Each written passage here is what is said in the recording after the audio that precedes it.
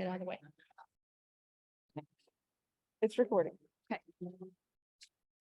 Are we gonna stand in front to do that? You don't have to. I can just yell it out if you want. No, that's fine. We can stand there. I'll just do it. Okay. Hi. Hi, everybody. My name is Julie. Thank you for coming tonight. We have several people online. We have a lot of people in the room that are part of the forum. Thank you to all the candidates that make it tonight. Go ahead and do the slide if you would, please. Okay, tonight's schedule, we already had the meet and greet. Now we're going to get into the forum. It'll be an hour and a half. Okay, next slide. The candidates have agreed to what's on the screen. I'm not going to read it. The 1 minute, the etc. And the audience will use silent jazz hands. Those in the audience, if you're liking something you're hearing, you can jazz hand it. That's fine. But please don't blurt anything out, make rude noises, or be distracting if you can help it. I would appreciate it. And please be respectful of the candidates and the other audience members. We used the guidelines at the bottom. If somebody wants to know that later, I can send it to you. They're PTA guidelines. Okay, next slide. It took like 16 people to make this happen, and we did it in 10 days. So everybody that has been part of this forum and is on this, stand up for a sec. Come on, you guys. Yeah, everybody that's helped with the forum. Okay, jazz hands yourself. Let's do that. Okay, yes. Okay, it took a village. Thank you for that. And then the next one is, okay, audience questions. We have runners up here. These lovely gentlemen right here will run and get a question from you. All you have to do is write a legible question and hold up your card. Do you need more cards? They have more cards. They will then give it to the people outside at the table who are the question pickers, who will find the 4 best questions to then be asked. That will happen. Okay, due to time constraints, they won't all be used. I'm really sorry about that. If your question wasn't asked, feel free to contact the candidates in your area. We have contact information at the end of this program, so take note of that. And we will stop accepting questions at 7:45 because it's a big machine to get it out there and back in here. Okay, it's like sausage. You don't want to see how it's being made. Okay, next. Oh, sorry, wrong person. We tried really hard to get all 7 candidates here. As you can see, we have an empty table. Jason Baker actually is here, and I'm going to have him stand up, and he's going to just walk down here for 1 second. He's going to wave at people. This is Jason. He's from Area 3, and he was outside for a little while, and he's just going to be a participant tonight like the rest of you. Unfortunately, Adam Rocha was not able to join us tonight, and we gave him a lot of opportunity. We asked for a statement, we asked for websites, we asked for information. I talked to him twice. I think we contacted him at least 12 times between text and email and voicemail, and we didn't really get much from him. So I apologize. We would have loved to have had them involved in this too. Okay, next. Sorry, too many computers to look at. This is where we got the questions from. A lot of them came through the Google form questions that you all registered and asked. So you might recognize pieces of your questions. Okay, and this is the other ways we got them. Next. To be fair, we had to create this grid. I just want you to admire my grid for a moment. It's very complex. Can we jazz hands my grid? So that it's fair across everybody's first, middle, last, all the way around. Okay. And you don't even need to look at that very closely. It's just, okay, here's the map. This is trustee area 1. These guys right here, trustee area 1. This is James Kim. This is Robert Barrett, the incumbent. This is trustee area 2. This is Elizabeth Halliday. This is David, I want to say it right. David Sabez. And this is Michael Winter, also an incumbent. And then over here, we have no incumbents and nobody there. Okay. And next. Okay. And now Andrea's going to take it over because she's the question first. Hello, everybody. Okay. So I'm going to follow the grid. I'm going to ask the question and I will say your name. Then you will be timed by our timers up here. So you can pay attention to our timers because they will hold up 30-second warning, 15-second warning, etc. You have 1 minute for each question. Unless otherwise stated. So we have some other things in store. Okay, so we are going to start with question 1. And that question is, please tell us about yourself. Why are you running for the CUHSD Board of Education? And what is the one thing you think that is the biggest issue for CUHSD? And how do you plan on addressing this problem? Okay, and we will start with Mr. Kim. Hi, I'm James Kim, and I'm running in Trustee Area 1. I'm the parent of a recent Del Mar graduate and a prospect freshman with Stanford grad and an engineer. And I am running for school board because I'm passionate about education. I come from a family of educators, including my father, my wife, my in-laws. I was very active at the Del Mar High School. I participated in the site council, and I was the volunteer of the year last year. And now I serve on the CUHSD Education Foundation Board. And as an active volunteer, I'm very aware of many of the strengths in our district, as well as issues that need improvement. My top priority is to provide students with the best possible education, and key to that is hiring and retaining the best teachers. So I believe we need new leadership on the board to accomplish this goal. I'm endorsed by our teachers union, Congresswoman Anna Eshoo, and other parents and students and teachers, and I thank you very much for this forum this evening. Thank you. Mr. Verich? Good evening. My name is Robert Verich, and I've been your trustee for 4 years in the Campbell High School District, and I'm really honored to be able to serve. I grew up in the area. I went to Moreland Elementary. I actually, when my mother remarried, I lived on Lyle right down the street here. There wasn't a light when I had to cross the street there, so I survived crossing before a light. My sister graduated from here, and I would have. I moved to South San Jose, lived with my dad, and relocated back here when I opened up my business. I've been in business for 35 years on Saratoga Avenue, and I'm blessed to be married to Cindy, who was volunteer of the year here. That stands for Cindy. And my son and daughter graduated in 1419. My daughter's a kindergarten teacher. I think the important things that we're working on today is working on learning loss and making sure that we're college and career ready for our students. Those are our big areas for me. Thank you very much, Robert Verich. Thank you. Ms. Halliday? I'm Elizabeth Halliday, and I am the parent of 2 students who are attending Westmont as freshmen. And I'm running because, like the others, I mean, we wouldn't be here if we weren't passionate about public education and improving our schools.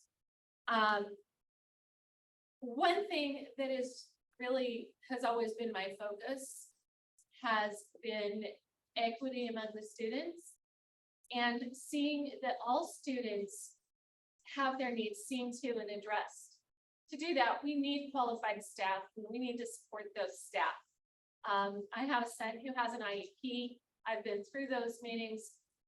I am a strong advocate for students who have need extra support. And that is something that is really close to my heart. Thank you. Mr. Davis? Hi, I'm David Davis, and I am here because I care about our schools. I care about our students. I'm a parent of a 17-year-old, and unfortunately, she's not attending Westmont High School. Who really couldn't meet her needs. She has a stutter, and the district was not helpful. Myself as a parent, trying to figure out where to go to school. And as I was researching schools, I found that other parents with the district were all having challenges with the different schools. We live in an area where we have vast resources. One of the things we shouldn't worry about, or students shouldn't worry about, is their education and the quality of the school. And one of the main things that I'm looking at focusing on now is, I know there's a mental health crisis. And that has to do with the quality of education, the way students are functioning right now. And I really think that we need to act urgently on the students' behalf.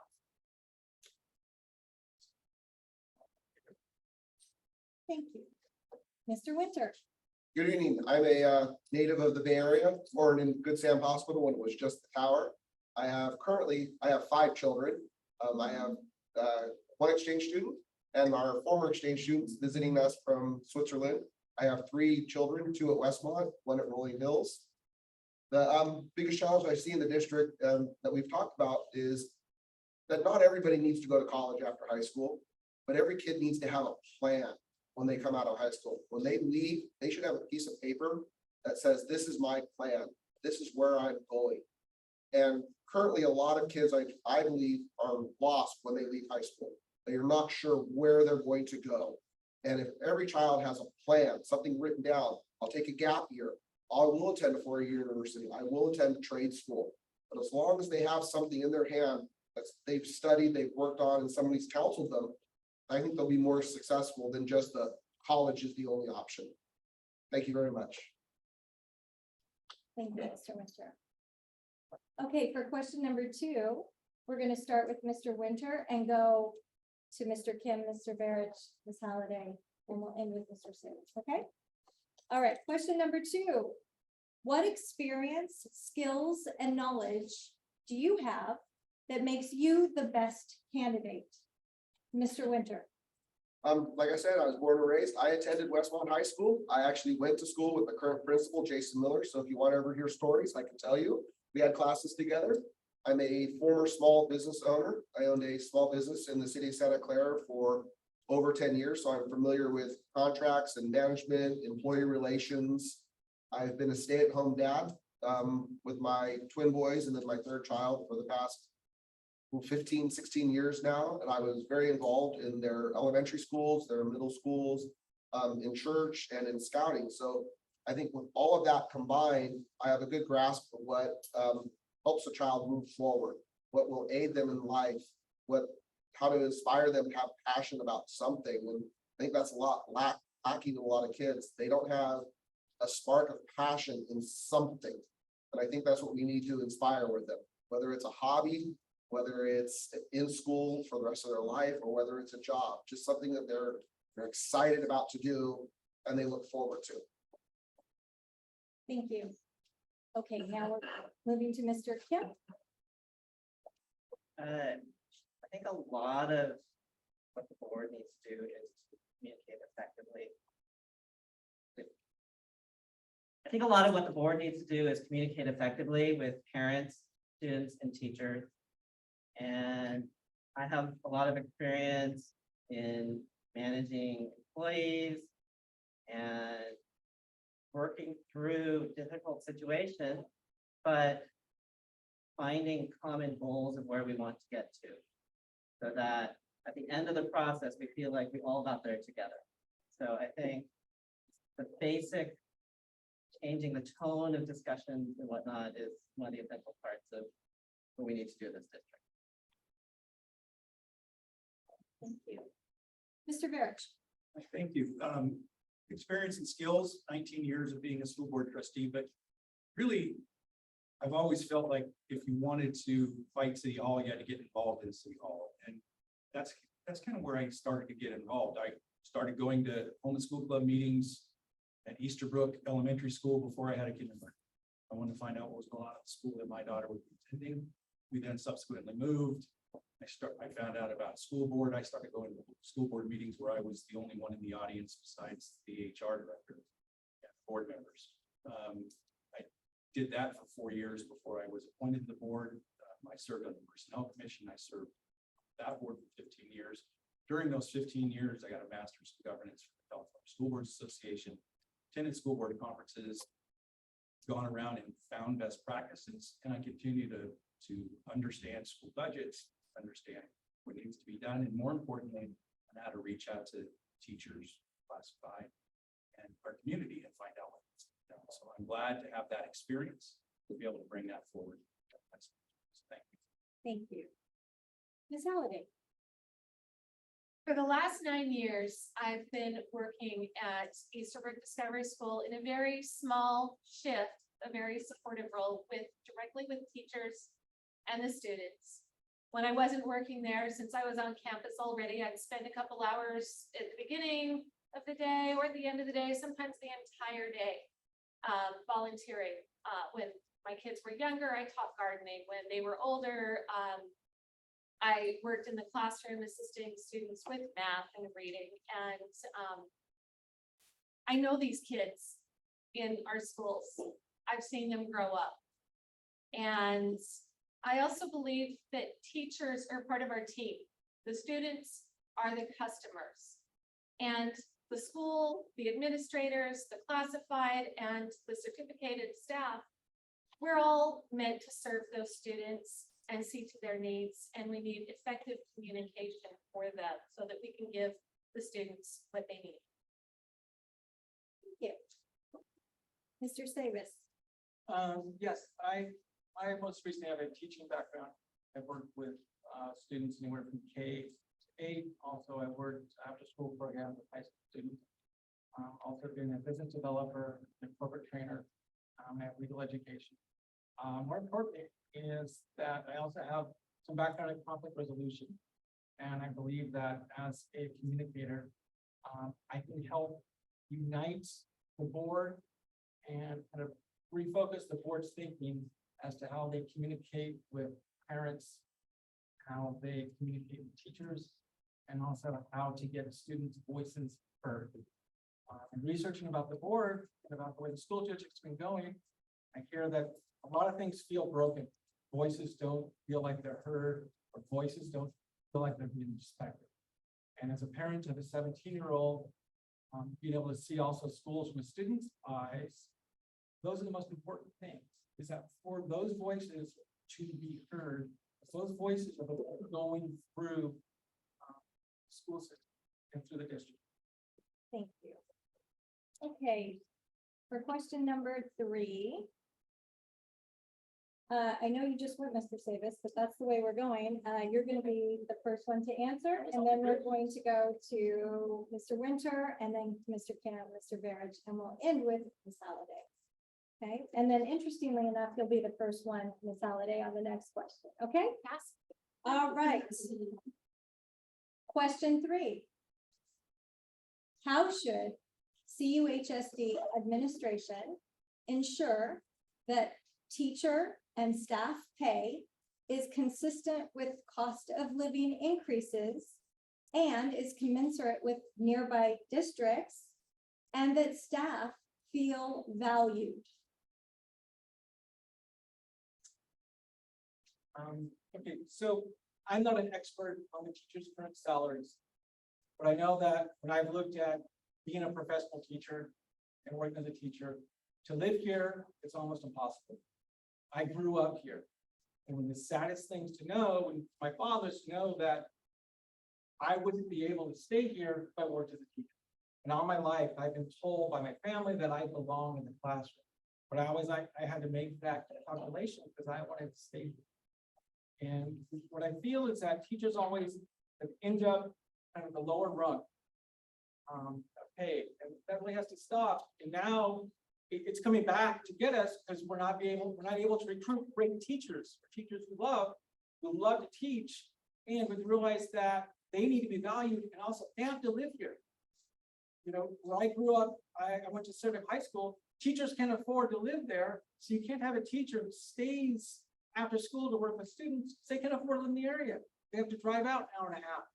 Or teachers who have to commute that far into our area are absolutely exhausted. So we need to find a way to pay them fairly. Thank you. Okay, and Mr. Winter. The salaries is always an anonymous thing to deal with financially in a district.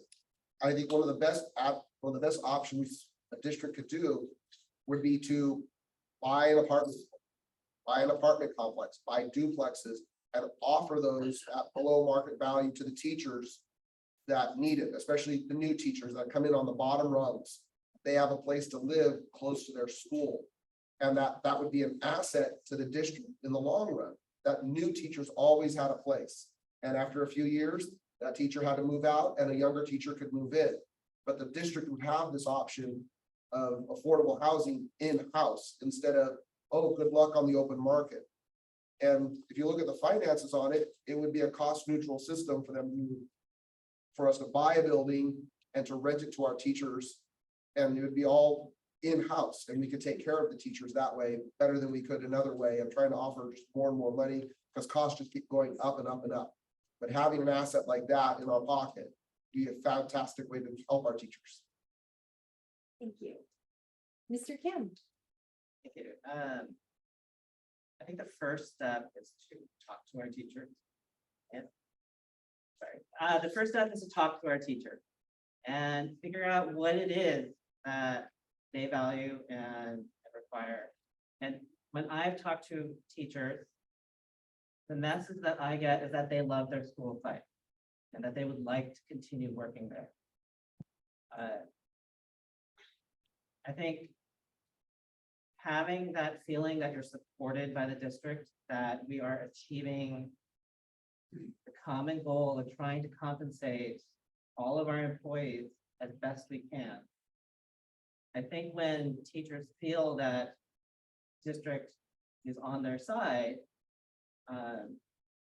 teachers by and large are willing to compromise on salaries that are higher than neighboring schools.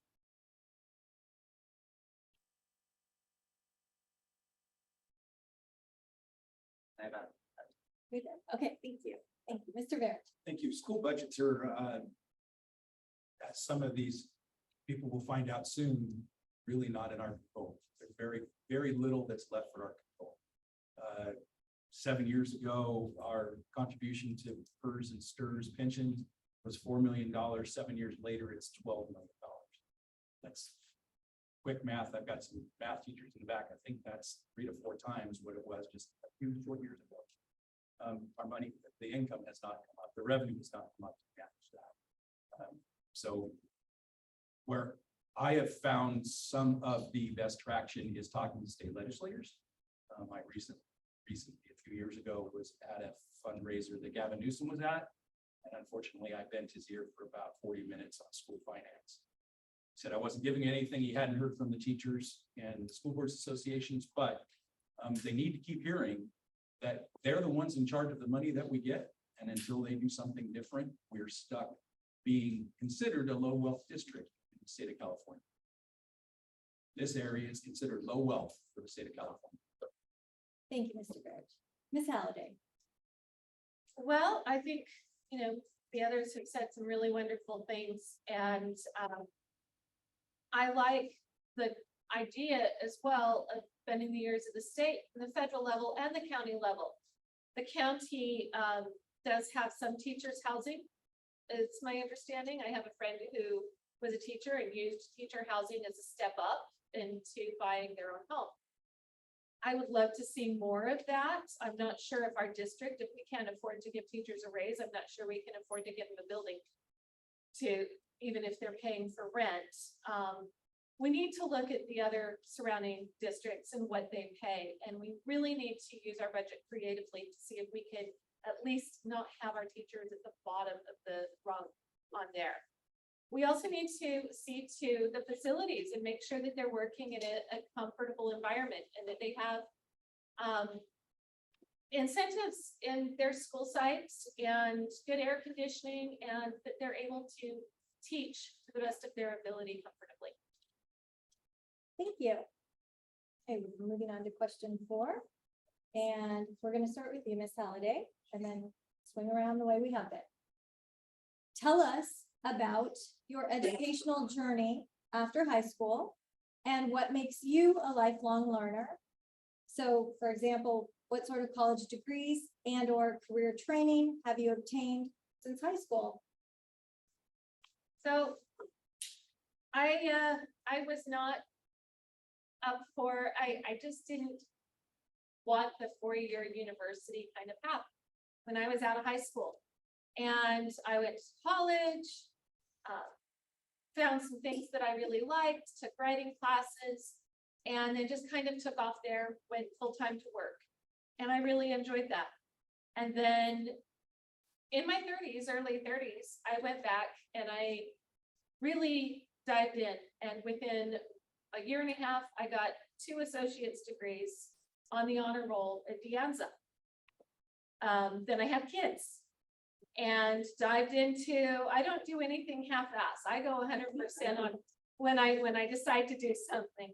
And so I dived into parenting. But in the pandemic, when everything shut down, I went back and started taking classes at De Anza, and I thought, gosh, I'm 50, I can take anything I want.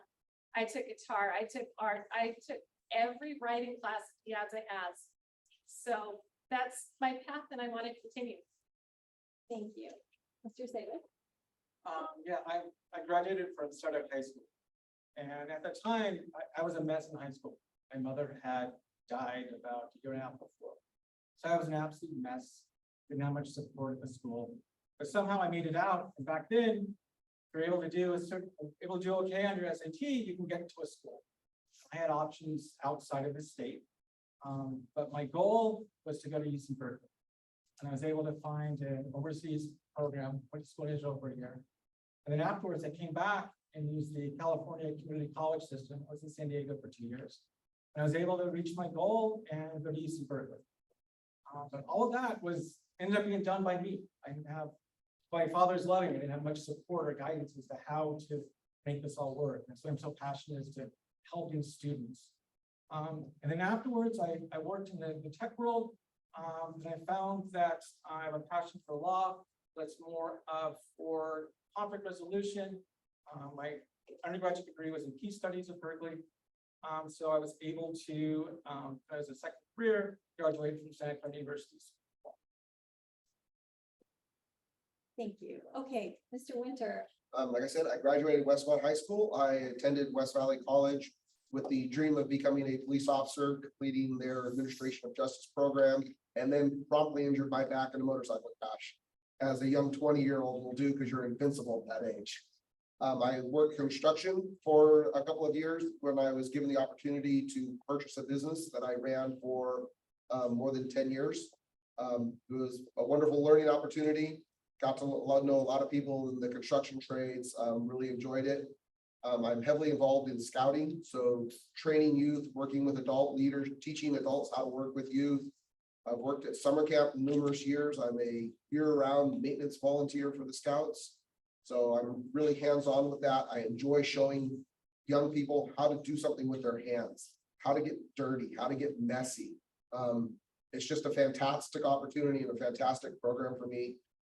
And that's where I really enjoy that, working with kids, that see the spark in their eye when we're outside in the woods and you can show them the stars in a campfire. It's just a thrilling experience. Thank you. Okay, Mr. Kemp. I went to Stanford University, the bachelor's and master's degrees in electrical engineering. I met my wife in our freshman dorm. One of the things I think is great about college and places like Stanford are that on average, people have this growth mindset that we can do anything. You have outlooks on life about facing challenges and rising to opportunity. I work as an electrical engineer designing microprocessors. That is a continuous learning process as technology advances. When we had children, my children went to parent participation nursery school, which involved parent education. I think there's all forms of education and learning that we continually go through. Thank you.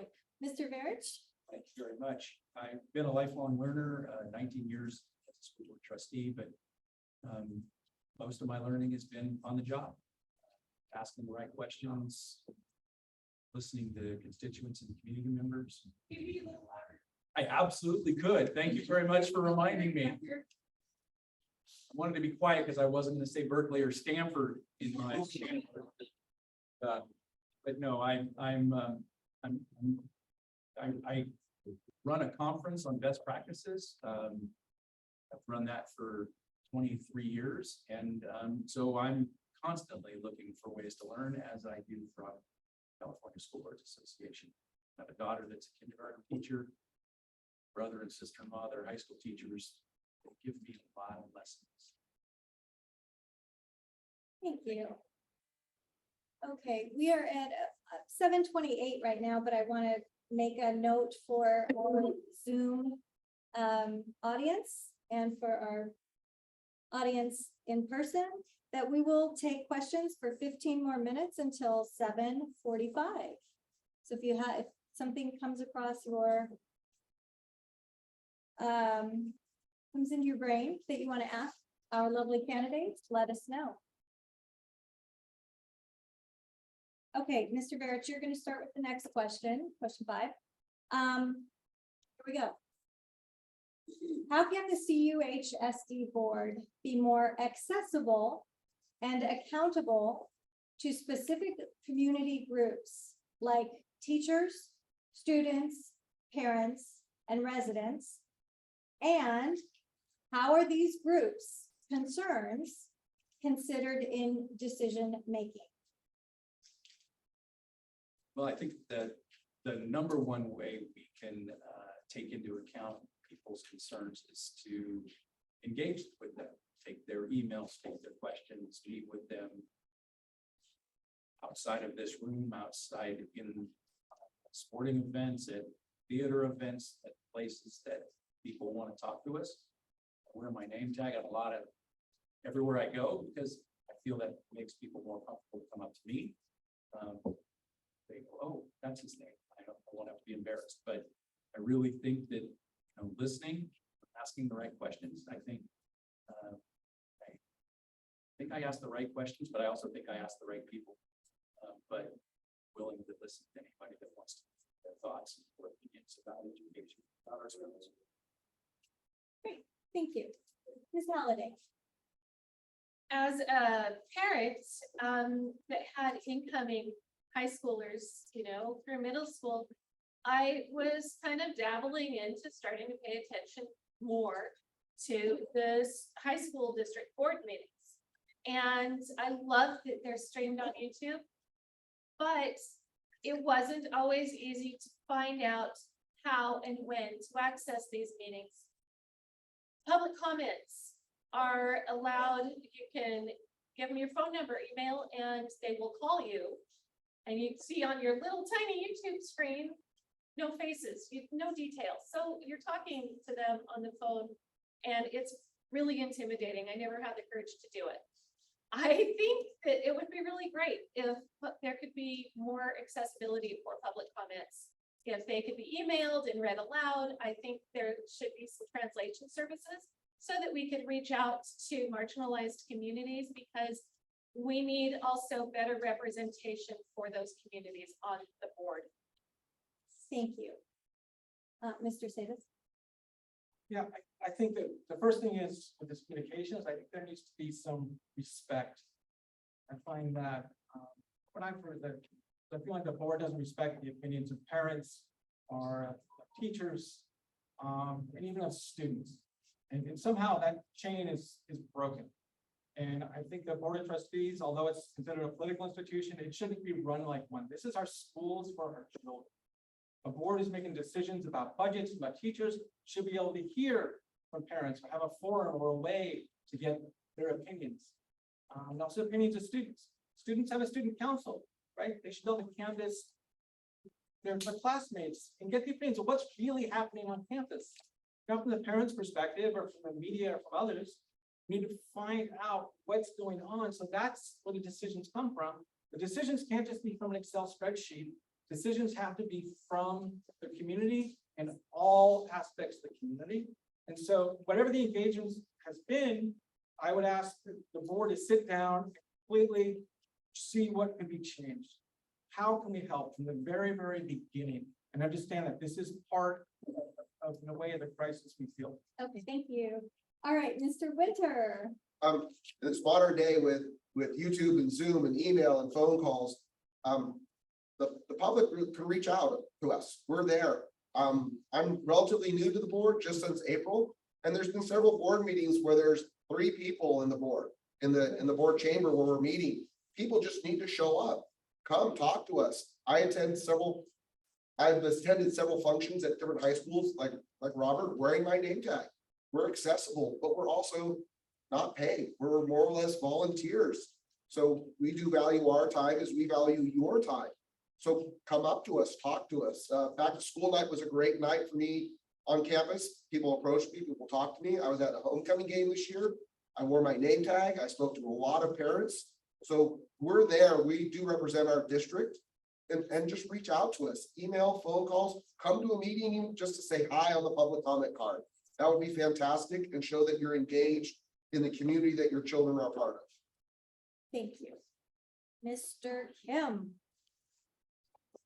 Thank you.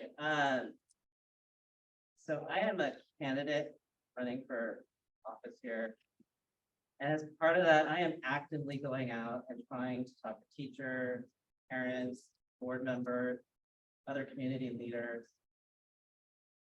And I think what has to happen is that when people get elected, they need to just continue doing that. That it can't be about an open door policy that I'm here, you can come talk to me. Public officials need to continue that process of constantly eliciting comments and opinions from people. I think it's wonderful that board meetings are recorded, and we should continue doing that because that is access to people who cannot attend meetings in person. And so I think the main thing is that we have to take an active role. Thank you, Mr. Kim. Okay. Question number 6. Honors courses at Prospect High School were dropped a few years ago. What is your view on honors courses? And if you're elected, would you support bringing them back? Mr. Kim. So honors courses is a hot topic at Prospect.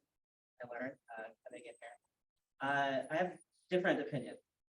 So from my daughter's experience in freshman science without honors, she was bored. I don't think it was a good experience. I understand that the educational philosophy behind tracking leading to inequitable outcomes is the basis for why schools and teachers debate whether or not to have differentiated classes. So, but I do feel that there are certain jobs that are the board's job and certain jobs that are the school site. And the particular issue of whether there are honors classes is something that should be decided by the school. Okay, thank you. Mr. Verich. Probably the most, I probably ask more questions about this than any other topic at board meetings of our site administrators, of our students. I had the opportunity to interview our student board members that were recently appointed. And the student that came from her first question when she was appointed was, is it too late to get honors back this year?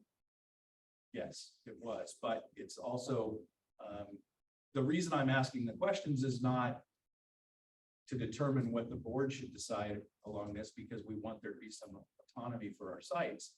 But more importantly, that are we taking care of our students the way they need to? And from the reports that I've seen, it looks like we have more students taking more advanced classes without honors at this particular time. I would tell you that some of our site teachers weren't as excited about losing these classes. So we'll continue to push on this, continue to ask questions, continue to see if it makes sense for our sites. Thank you. Ms. Halliday. I would love to see the honors classes be brought back.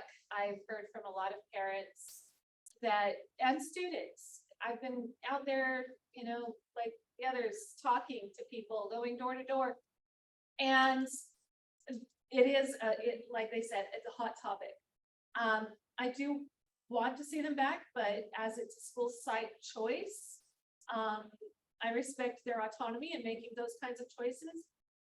I do think, however, that as far as tracking goes and student accessibility, we really need to look at equitable access to these classes. I hate to see students kind of denied these classes because they've been pigeonholed, maybe because of a diagnosis, because of neurodiversity or whatever, or part of a marginalized group, and they don't believe in themselves enough. I want to see better access to these classes. So every student, if they want those classes and they're capable of taking those classes and keeping up with them, they should have access to them. Thank you. Mr. Davis? I was a bit surprised to hear about the honors classes here at Prospect. And one of the things I equated it to is that you'd have parents who really want these classes, they might pull their students from school and send them off to a private school. There's many academic private schools around here. And as we heard, we have budget issues here, right? And every student, will tell us the school generates revenue. But also importantly, it's similar to equitable access, is those students who need help, we need to find programs for them to get help. Students who want to be in this classes, we need tutoring. But there also be equitable access to those people who are academically inclined. Their economical, social, and other backgrounds doesn't matter. If they love a particular topic, they should be able to excel in that particular topic. You know, regardless, if the school has the resources to do it, or give them to that, to allow the students to excel, because in a way we're holding them back. Thank you. Mr. Winter? I think excuse me, the option of having an honors class on, excuse me, gotta give up smoking. Having honor classes on campus is another tool in the pocket of the schools, and it should, I believe it should be left up to the school sites to honor those, to offer those classes and to challenge kids at different levels of academics, because it shouldn't be just regular classes or AP classes. Having that honors in the middle will expose a kid to different curriculum, more difficult curriculum, and hopefully persuade them to move on to an AP class that they never would have thought of in the beginning. But having the school sites being able to offer that or tailor it to their student body's composition, I think that's a great ability for the schools to have themselves and not have just a one size fits all from the district down. And if the principal and the assistant principal say, hey, let's do this class, then they can offer it without having to come through the school board or go through the district. That it's tailoring it to their student body. Thank you. Okay. I'm gonna move on to question 7. This is a mouthful. It sounds like a lot. What steps can the board take to ensure that teachers are equipped to lead engaging discussions and have access to curriculum that supports student identity, including race, gender, sexual orientation, socioeconomic, and/or accessibility status? And I'm just gonna mention, it's behind you. If you wanna look at the question, it's right there. Oh, And the order's right there. Well, if you need a reminder, just look behind you. And yeah, it's a lot. Sorry, I just wanna, that's that's great. it is a mouthful.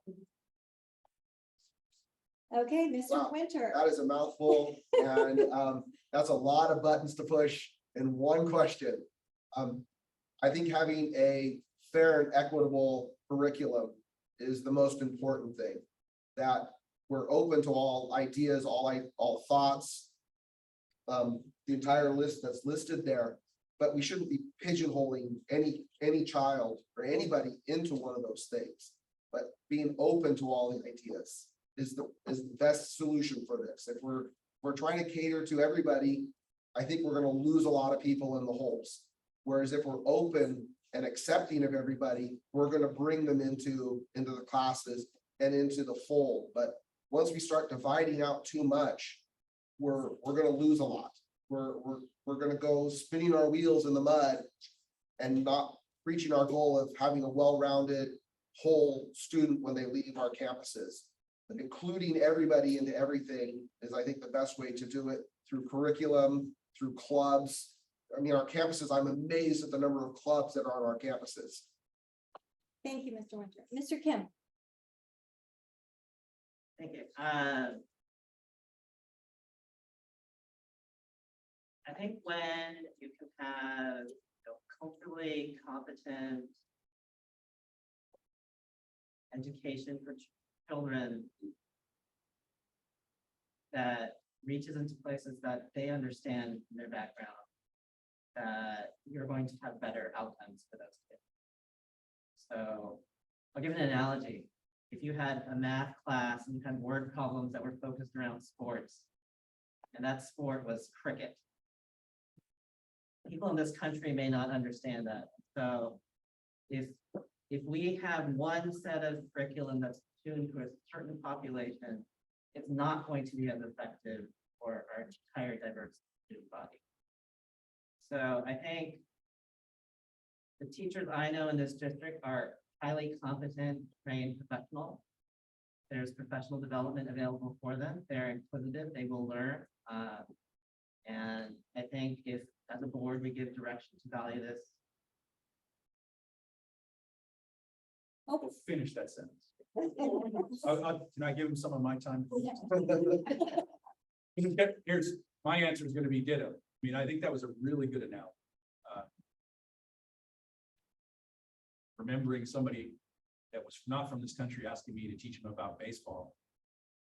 And the first thing you say is, well, pitcher throws the ball, and they're like, which one's the pitcher? It's like, wait a minute, we got to go all the way back to positions. So great analogy with cricket and trying to understand. I can tell you from my experience that I see our teachers and our sites developing this curriculum, pulling in, they're looking for books, they're looking for things to pull in to meet these requirements. It's not just going on the last few years, it's been going on several years, if not a decade. So our teachers are already on that track, our students are already getting it. So super excited to see the work they're doing. We're continuing to facilitate that with budget. That's the board's job. So Okay, thank you, Mr. Barrett. Ms. Halliday? I think we can all agree that every student deserves to go to school in a welcoming, nurturing environment where they're free to learn without the stress of any kind of harassment or prejudice or bias. And I trust our teachers to, I mean, they're experts in their field. I trust them to make the best choices as far as the curriculum that they're teaching and how they're teaching it. By high school, our students are really pretty good at critical thinking. There is no way I can force my opinion on my kids without them going, Mom, and I love to see them engaged. I love that the teachers will engage them in school and they can have respectful discussions in the classroom about different sides and opinions and learn from that, form their own opinions and from facts as well. Thank you. Mr. Davis. Yeah, I think that from looking at this, the discussions in curriculum is that I've seen that money has been set aside for professional training for teachers on topics such as diversity and other similar topics. What I would do as a first step is also ask those teachers who have attended that training to get together with their chairs, discuss it. What's it like within their topic in the classroom? What should they be looking for? Have your history teachers get together. The example of math, those teachers can get together. So you can actually put it together in the real world application, or to understand where within their particular topic in their curriculum, which they may see as benign, there are some things, some triggers that can really come up and they may not realize. And again, it goes back to the example of sports. I had something similar happen where I did corporate training at Tesla and I wrote up some quizzes for managers and realized that the company is international in any baseball analogy that I made didn't work. But the important part is not to understand it is that, especially in this generation, these differences can be hurtful. They can be triggering, or they can really feel someone be actually really left out at a time when there's students and they're learning and they need to feel. Thank you.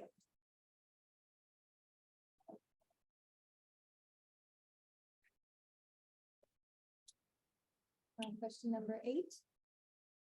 And Mr. Savis, you're going to start off. there is a worsening teacher shortage, and CUHSD lost more than 70 teachers last year. What measures would you propose to reset the relationship between teachers, district administration, and the board? As a new board member coming in, what I would do is I'd first meet with all three of those groups, try to understand the different perspectives coming in, do this reset. I wasn't a part of it, and I've already heard from all different three groups issues that have been going on. I've heard teacher side, other people's side, and it really does sound like that relationship is broken. That's another reason why I'm excited about my own personal candidacy and that to get in there, somebody new, right? The voice is someone who student centric, say, you know, teachers, we have to work with the board of trustees. Or board of trustees, we have to find that happy medium so we can keep our teachers. Because, you know, even in this instance, having such a prolonged contract dispute, that's why you lost so many teachers. It's not even, at a certain point, it's not even the dollars. Certain point is for them to either be able to live, or also that I mentioned before, the respect that's not there. And the larger board, they get paid a lot of money. And I think that they forget what it was like to be a teacher if they were, and what it's like to struggle in this area. Thank you. Thank you very much. Mr. Winter. Yeah, the labor negotiation was very eye-opening to me. In my business dealings, I never had a negotiation like that. I've never seen a negotiation like that. And it's very eye-opening, and it does need to stop. It really needs to end. It's the whole, we've been doing it this way for 30 years. There needs to be a better option than what we do with these contract negotiations. I'm not against unions. Unions do protect their employees, they do provide a service, but I think the quality of a teacher should also take account instead of just collective bargaining. And being able to offer good teachers better things than the union offers in a one-size-fits-all is an option. Let a teacher negotiate their own contract with the district instead of through the collective bargaining process. Because I bet in a district as large as ours, there are some teachers that just shake their head at a lot of stuff that goes on and would like a simpler, more streamlined, effective, and efficient system than we've been doing for 30 years. Thank you. Mr. Kim. I am running for the school board because I think at this point, we need new leadership and new voices to recess this relationship. In this last year, 2 board members have resigned from the board. And a third is not seeking re-election and has stated that he feels that she is not in the position to renew this relationship. And so I think sometimes what you need is change. And I think that's the point that we're at. I've tried to spend a lot of time over the last years talking to teachers to understand what has been going on and to figure out how we can make negotiations something quick and painless, because we all have the same goal. Our teachers should get paid more, they should have more autonomy, and the district should value their contribution. Thank you. Mr. Barrett. Thank you. Glad to say that didn't have this kind of negotiation issues in Moreland in the 15 years I was there, including going through declining enrollment, closing schools. Unfortunately, we've had an incredible 4 years. Throw COVID in, negotiations where they were, and we ended up with where we were. I think as far as a reset, I did reach out to on my own union leadership and never stopped listening to teachers in the middle of what was going on, including those days where they came to board meetings to voice their concerns. I'll continue to do that. I continue to reach out to leadership today. I think we're headed in a better direction already, since we've just settled.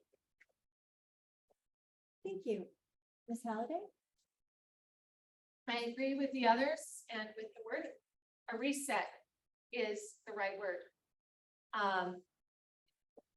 The last few years, I have watched sometimes trying to pick up my jaw when I see some things at the board meetings on YouTube. And I see sometimes the same things coming up time and time again. And the teachers are asking for a lot of the same things, and it doesn't seem like they're being necessarily heard with openness. I don't know where the walls are at, but there's definitely some communication disorder going on there, and a reset is very necessary.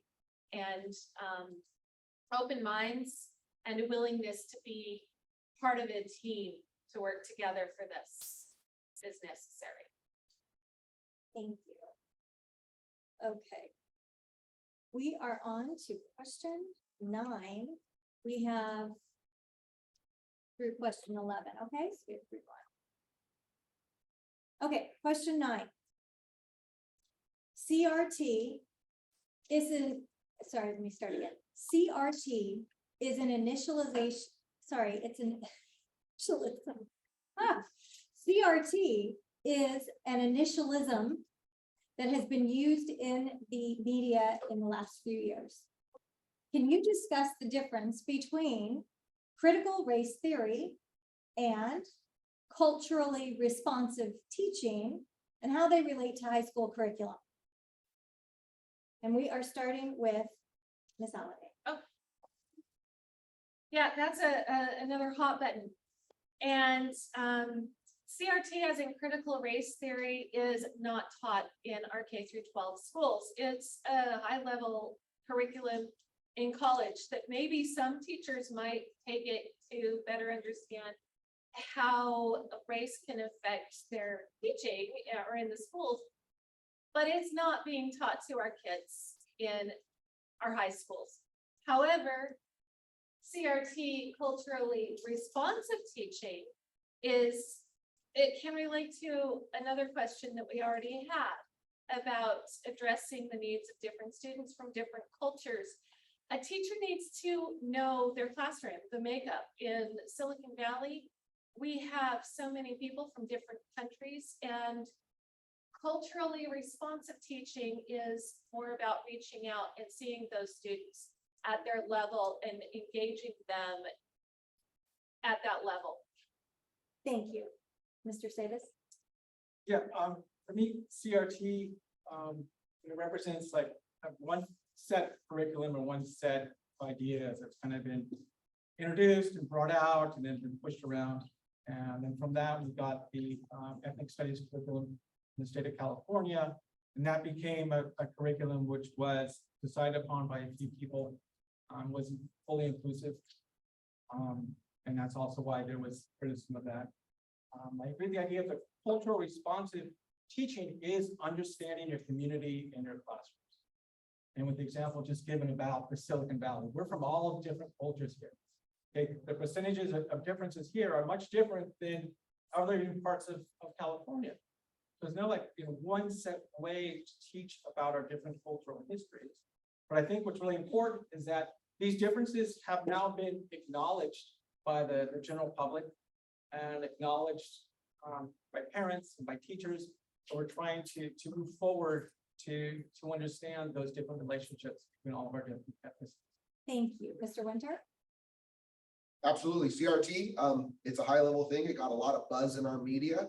And I think one way to dispel a lot of the critical race theory, the ethnic studies in our schools, is to make every piece of curriculum 100% open to parents, that nothing is hidden. Children are never told, oh, don't talk to your parents about this tonight.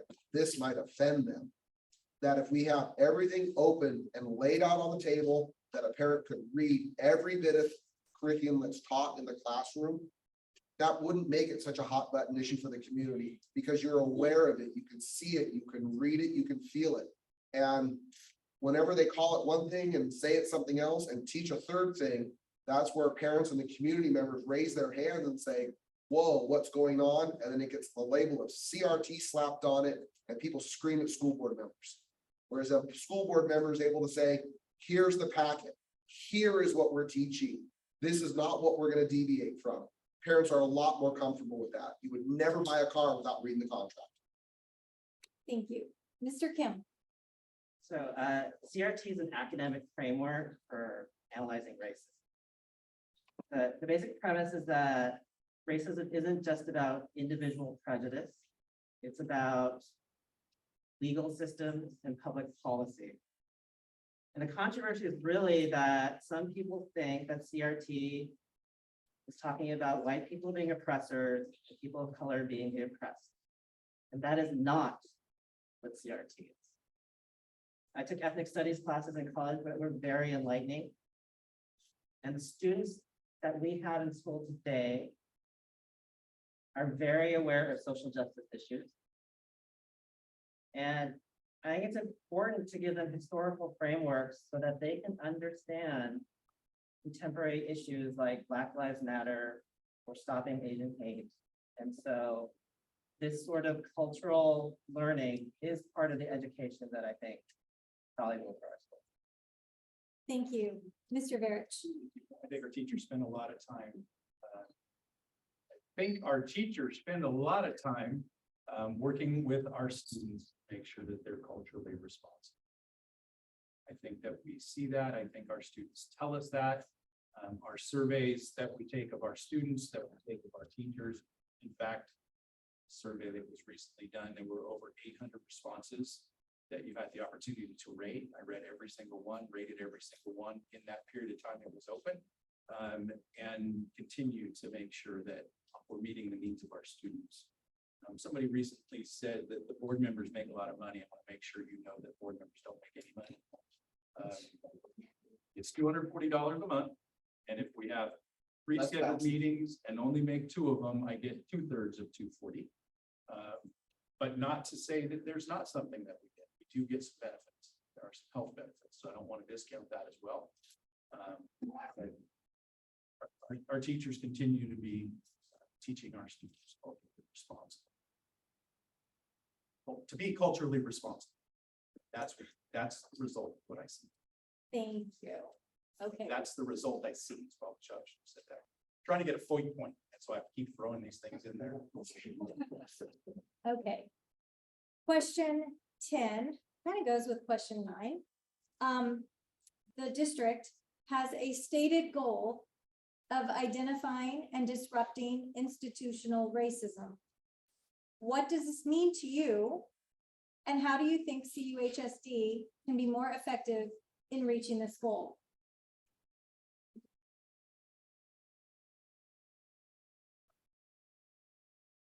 And Mr. Garrett, you'll begin.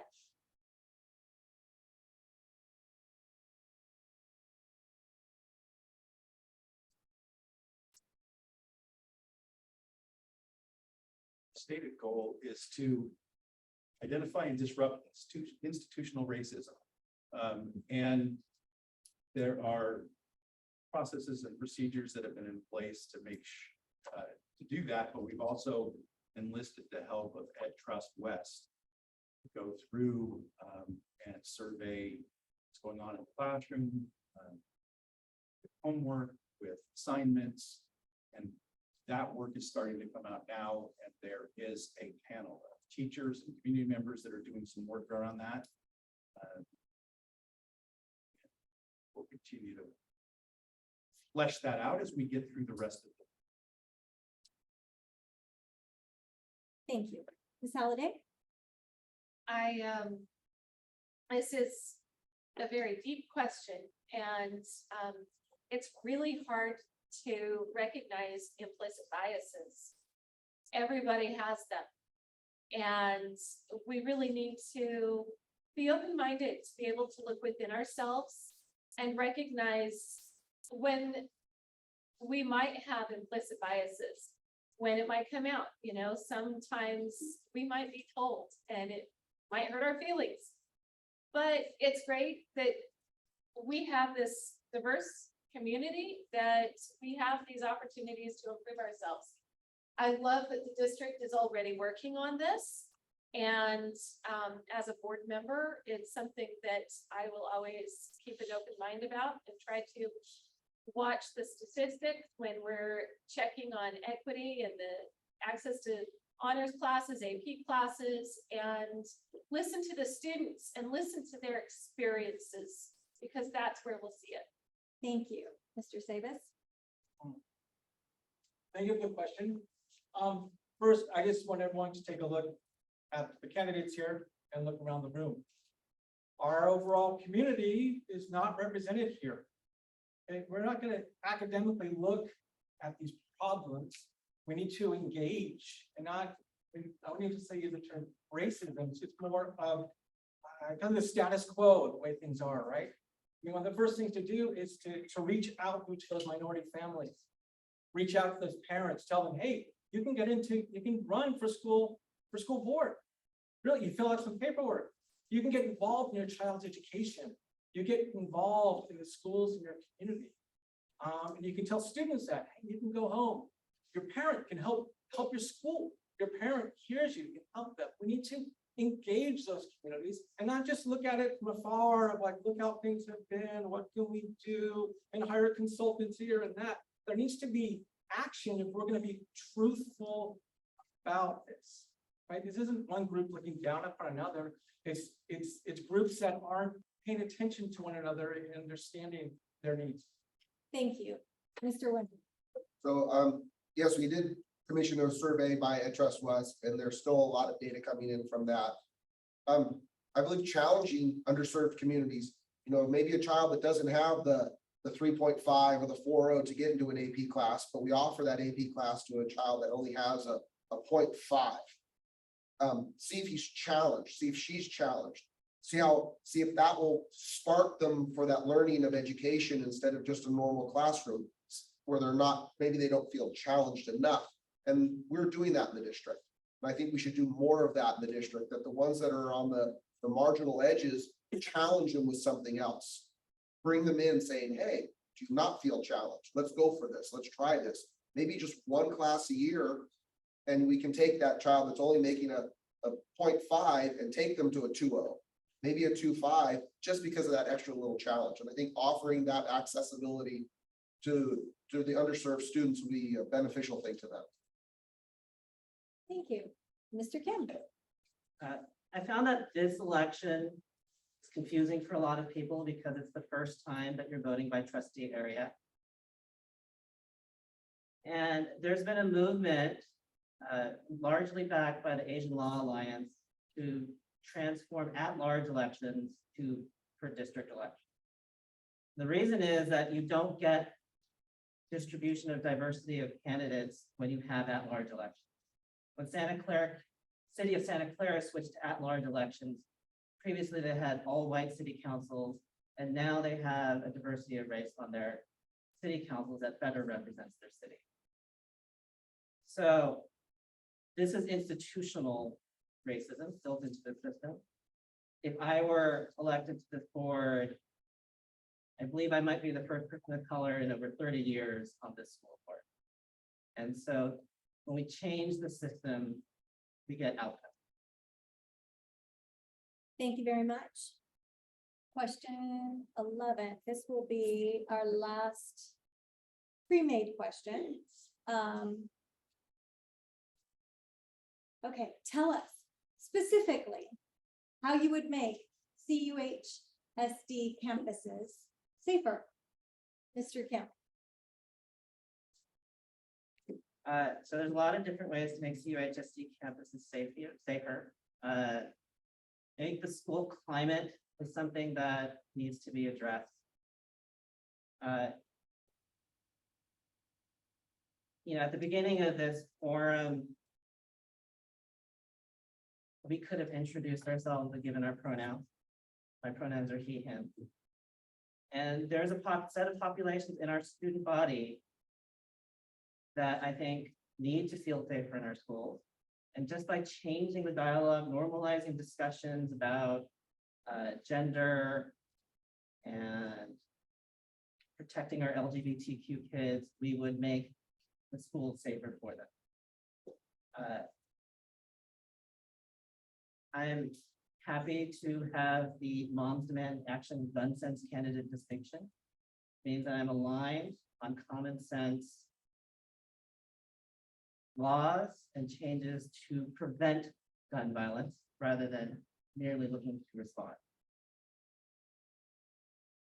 Thank you, Mr. Kim. Mr. Barrett. Thank you. Early in my being on the board, there were some budget cuts that involved removal of resource officers on the campuses. I've been asking questions about bringing them back, but there are some site. Got to come up with the right word to call our site managers, or somebody yell out what we call our site. Campus supervisors, thank you very much, everybody. I would like to see us bringing resource officers back on campus. For the main reason that teachers tend to put themselves between a violent act and their students, and they always do it. That's what they do. And I want to give them some assistance. That's one thing I'd like to see on our campuses. I've had lots of parents come to me and ask for that, as well as some students. So I think that's one of the first things. We've also, all the doors now have been electronic key. They can turn off a key fob immediately, and you can't get on campuses without Thank you. going through one entrance. Thank you, Ms. Holliday. I have a pretty open mind about this subject. I think that in some cases, SROs can be a distraction that might make some students uncomfortable and inhibit their learning. But I am open to hearing the opinions of the staff and students on these campuses, and open to changing my mind about this because it's their campus and what they might want. I, of course, want them safe, and safety is not just the big bad that we're all afraid to really say. Safety is also, as was pointed out, today is National Coming Out Day.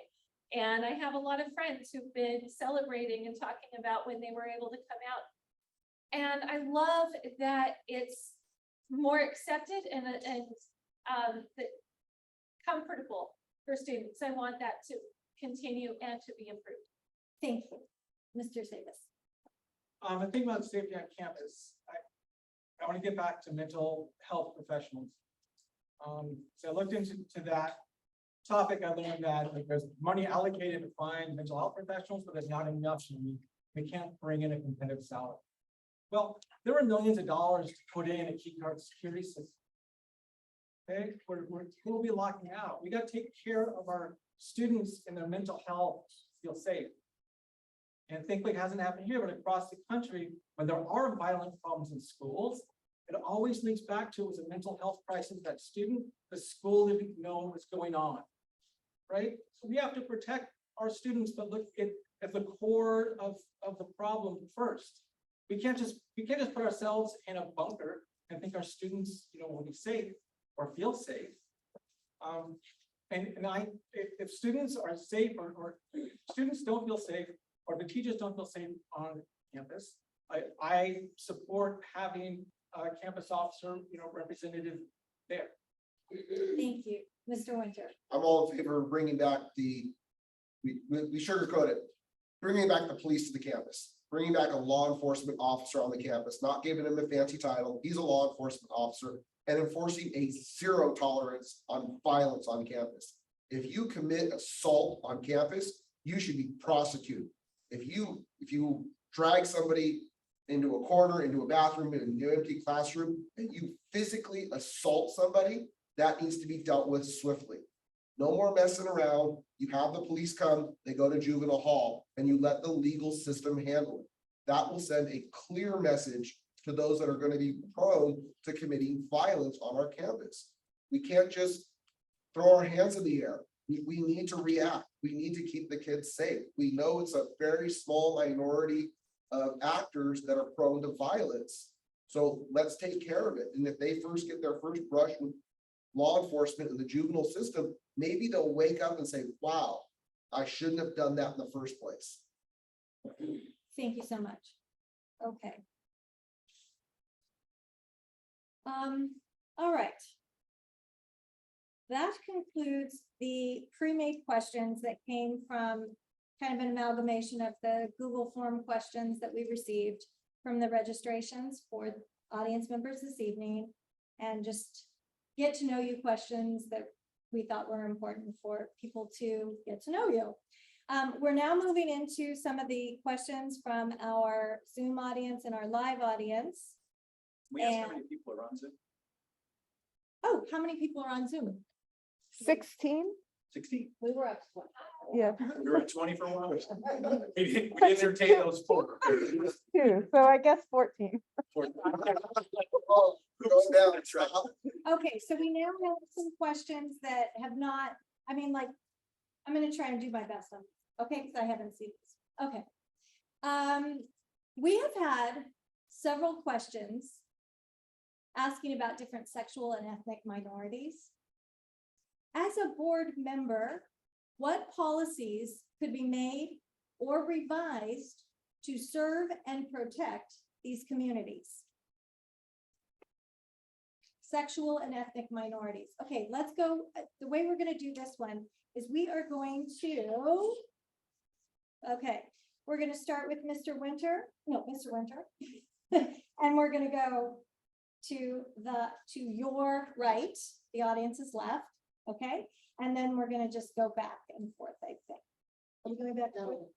Yes, in the interest of time, we're gonna do. Okay, Yes. all Yeah, right. you could keep the same. That's pattern what it says going. here. It's not that Okay, hard. so we're gonna start with Mr. Winter. Would you like me to repeat the question? Yeah, that'd be great. We have had several questions asking about different sexual and ethnic minorities. As a board member, what policies could be made or revised to serve and protect these communities? I think everyone deserves to be safe on campus. Even the teachers, the faculty, the classified employees. We need to have a very fair policy to everybody, that the expectation is known. So that if one breaks the rule, they all know that the rule is broken. If there's a serious issue on campus, it's the same punishment, it's the same reaction. That we should not try to have a multi-tiered system for if you do this, or you do that, or you do this, or you do that, because that's utterly confusing to anybody involved. Whereas if it's one rule, you commit assault, that's it. This is the rule. You did this, you name called, this is the rule, you did it. But trying to have multiple tiers, people think they can get away with stuff because they claim this one day, claim this the next day. And it's not really handled equally or fairly among anybody. So a clear set of guidance and rules that are enforced consistently day in and day out. Thank you. Okay, we'll go to Mr. Savis. Yeah, I would say that there would be just a zero tolerance policy for harassment. And just an understanding of certain things can be said, certain actions can be made. When I was in high school, I went through anti-Semitism. I was called lots of names. I was told lots of jokes, really bad jokes, and it really hurt. But I had nowhere to go, and there was no recourse. I once told a teacher, they said, "Oh, they were just joking." Oh. And I felt terrible. It felt terrible for a long time, and I was one of the same kids at school. So I think that voices need to be heard, and when something happens, or if a student, if there's repetitive behaviors, we get back to the teachers and the curriculum, right? We get back to finding a way that how can we discuss with our students or give our teachers the tools to make sure this doesn't happen again and just doesn't continue to happen. Thank you. Ms. Halliday. I think that students absolutely need a safe space to learn and an environment free from harassment. And we need a zero tolerance on bullying. Students, however, are afraid to report bullying because they're afraid of retaliation.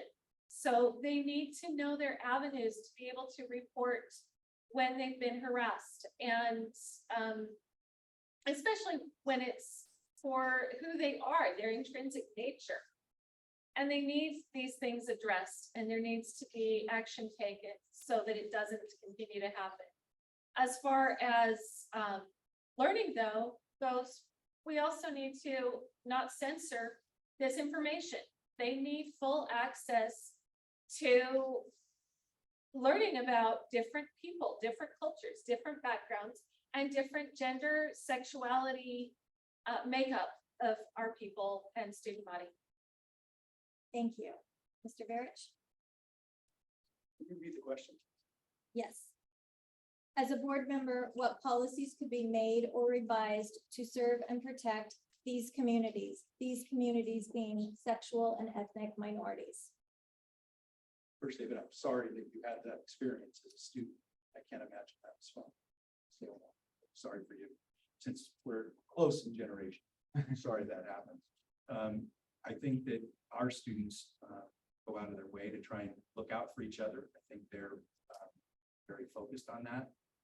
We have instituted a new system this year of see something, say something, and I'm happy to report there's already been 3 situations that the authorities got involved.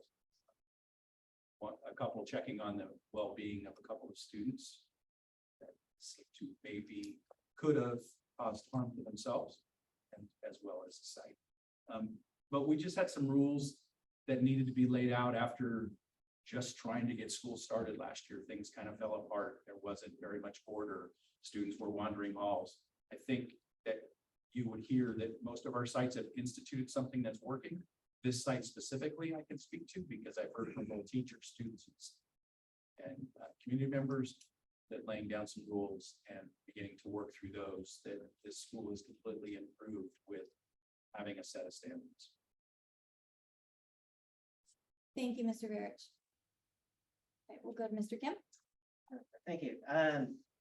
We have very savvy students. They're aware of things going on in their community.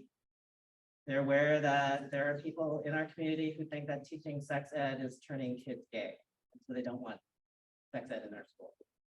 They're aware that people compare Muslims to terrorists. And I think board members are leaders in the community. And we need to set a strong example that there are certain beliefs and actions that are unacceptable.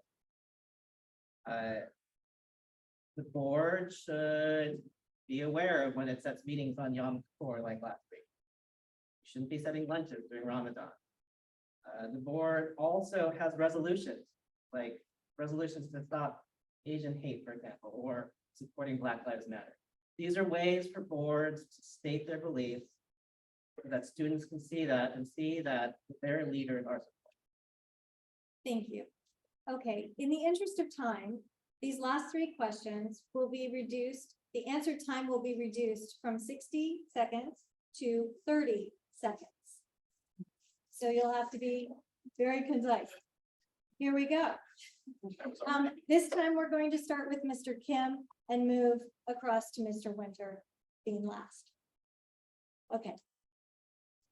California law requires a 3% reserve, and the board policy for CUHSD is 6%. Our current reserve is 57 million, about 40%. What should be done about this excess reserve? And what is your vision for CUHSD for the next 3 to 5 years? Sorry, that's a really long question for 30 seconds. Take your time. Can we just, it's kind of a 2-parter. Can we just focus on what should we do about the reserve? So I think the basic philosophy is that today's dollars should be spent on today's students. So we should not be trying to amass and grow the reserve. I think we are coming across rainy days here, and I think it's reasonable to keep a healthy reserve, but to not say to every single thing that there's no money for it, because these are choices that we make as a board. Thank you. Okay. Mr. Vick. Thank you. I think there's a difference between fund balance and reserve. We have a large fund balance because we were given some $28 million from the feds and the state to be spent over the next 5 years. So it is marked to be spent. It's to be spent on the things that they were handed to us for. That's called restricted. So fund balance and reserve are 2 different things. The experts tell us that our district should be closer to 12 to 15% in reserve because of the way we're funded. We aren't funded by seats, peaks and seats, we're funded by tax dollars. So it's a little bit different. So sometimes when we refer to, well, if somebody's not gonna, well, apparently that was the end of 30 seconds. I can't talk about $50 million in less than 30 seconds. Right. Okay, Ms. Halliday? I agree that we need to be conservative with our budget, especially since a lot of us are seeing that we have some hard times possibly ahead financially. But at the same time, I've seen the budget actuals and there's unspent money going every year. I want to see our current students' needs being addressed currently. When you're in customer service, the customer in front of you is the one that you serve, regardless of the long line ahead of you. You got to maintain your focus on who's right in front of you. Thank you. Mr. Taylor. The idea of a reserve is in case of an emergency. Well, as I look out there right now, after COVID, what our students have suffered and what our teachers have suffered, what the incoming students are going to suffer, and they've suffered before high school, it's an emergency now. So we have to relook at the way our resources have been allocated in the last number of years, as a percentage, and if there's money that could be changed compared to status quo is what we had saved, it needs to happen now. Because across the board, what we're all talking about is programs that are in need of resources. Thank you. Mr. Winter? So yeah, there's a large number sitting there. Like Mr. Barrett stated, some of it's already allocated to be spent, and it'd be foolish not to have a reserve. Most of our schools were built in the 60s. While we have been on a building spree recently with new student unions, new kitchens, new stuff, a single building, one roof will cost $1 million.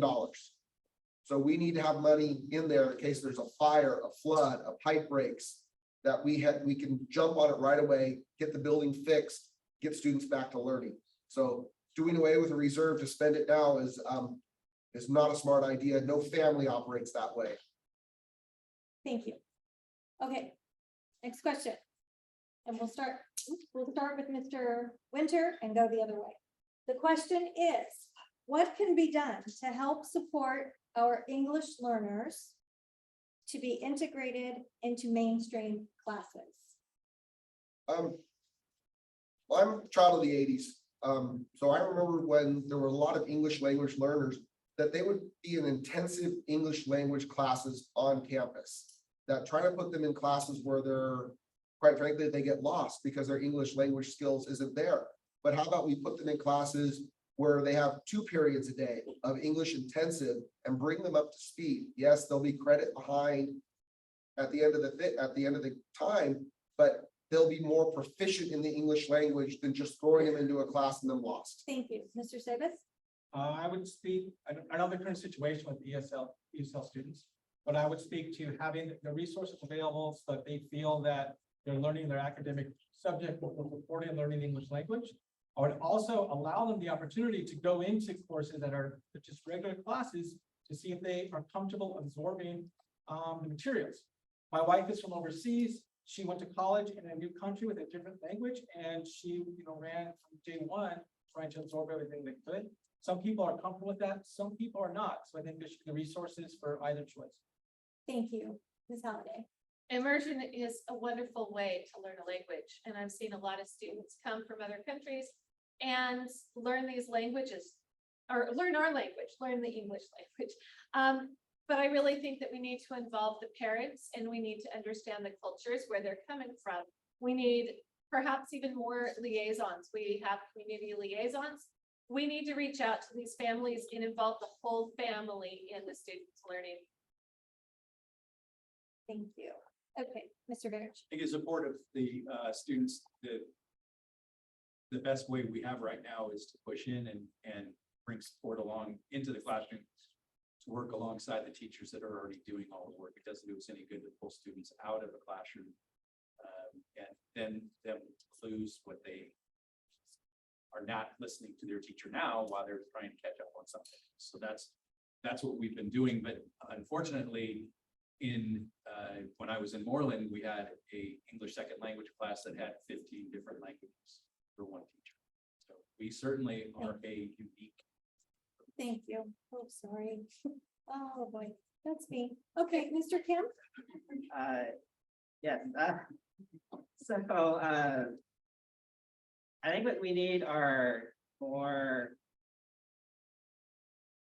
second language aids in our classrooms, and some of this is site by site choice. So Delmar High School, for example, has a Title I budget, and the school can figure out how to allocate that money best toward its population, and part of that is in hiring bilingual aides. Thank you. Sorry about that interruption. Okay, in the interest of time, we do have one more question, but it was so similar to one that was already asked. It was about contract negotiations and collective bargaining. So we're making the hard choice to skip that question because we want to be on time to get everybody to respect everyone's time. 30 seconds closing. Okay. Elena, go to the closing. Go to the close. There we go. Okay. It says 60. I think we should do 30. So you just all get final say. 30. 30 Yeah. seconds, sorry. 30 seconds. And we are going to start with Mr. Kim and go across and in with Mr. Winter. Mr. Kim, 30 seconds. Yes, 30. Take your time. sorry. I want to thank the Prospect PTSA for hosting and for everyone who submitted questions, everybody who's in the audience today. My goal, if elected, is to make sure that CUHSD is a welcoming and enriching place for students to learn, no matter their ethnic, socioeconomic, or sexual orientation, whether they're going to go to college, military, or a career. I also want CUHSD to be an exceptional place to work, where our teachers are recruiting their friends to come work at the best school district. Thank you very much. Good night. Thank you, Mr. Rich. Thank you, Andrea, Julie, for putting this together, PTSA organizers. Also, all those teachers that showed up. I know some of you don't even vote in the district, but it's great to have you here. Bear Witness, thank you for coming. It seems like the last forum I participated in, Bear Witness was the only school paper that was there. All the Zoom participants, thank you very much. I hope to continue the award-winning ways of Campbell Union High School District for programs, for sports and activities, including debate and theater. Thank I you. ask for your vote. Robert Veritch, trustee area 1. Thank you. Ms. Halliday? Thank you. I want to thank everybody who took some time out of their night to come out. I want to thank Prospect PTSA for hosting us. And I want to thank the Zoom viewers and for everyone who submitted questions. I have been working tirelessly to earn votes, to listen to the students, to listen to the stakeholders. And I will work tirelessly on the school board. Like I said, I don't half-ass things and I will give it 100%. So if you want to learn more about me, you can go to my website, ehalliday.info. Thank you. Mr. Sabis? Yeah, I want to thank everyone here. Thank you for the PSA, our organizers, especially everyone who's attending and on Zoom. You're all here because you care about students, or you care about your children, your community. You are a student, you care about your schools. We have candidates here because we care as well. I want all of us to acknowledge that there are challenges in our community and challenges in our schools, but all of us here have the best interests of heart to fix them. I'm coming here to run as a board trustee because I believe I can help and bring in some change, bring in better communication between trustees, students, parents, and the community. Thank you. Mr. Winter? I'd like to thank everyone for coming tonight, for giving us all the opportunity to speak with you and for you to get to know us a little bit better, where we come from. I really find that this process is amazing to me. Coming from the business world, coming into a bureaucratic world, it's fascinating. There's so many intricacies, so much to learn. It is a process unto itself. It's like being back in high school. There are classes in budget, there are classes in management, there's classes in contract. So I hope to continue learning and being able to provide the best possible product for this district. Thank you. And then turn it back over to Julie. So I'm going to close this out. Can we do next slide, please? These are the candidate resources. So this is for trustee area 1. This is we asked for information, they provided information. These are all of the resources you can get if you want to. Go to the next slide, please. This is trustee area 2. this is the information we have. If you want to reach out to any of these candidates for any reason, this is the information we have. And then trustee area 3, which we didn't really get to hear from tonight, this is their information. And later on at the end, if you want to take a picture of it, we can go back and you can take a picture of it. Next slide, please. This Zoom recording will be sent to email for everybody that registered. It will be on the prospectptsa.org website. It will be on the Prospect Parents Facebook group. And I will also share it on the Prospect PTSA Events Facebook page, which is public. Okay, and next slide, please. Okay, y'all know election day is coming up. You have 3 ways to vote. This is the registrar of voters information, and I highly, being a League of Women Voters person, highly recommend you go to Voters Edge and check out that resource, because it basically gives you your whole ballot according to your address, where you can like go in and read about everything and make choices. And it's like a digital ballot that you can then use when you're filling out your real ballot. It's awesome. And I use it every single election. And then that's it. Thank you all for coming. I'm sorry we had to cut a bunch of questions, but thank you. And please, we have tons of food that our volunteers brought tonight. So. Yes,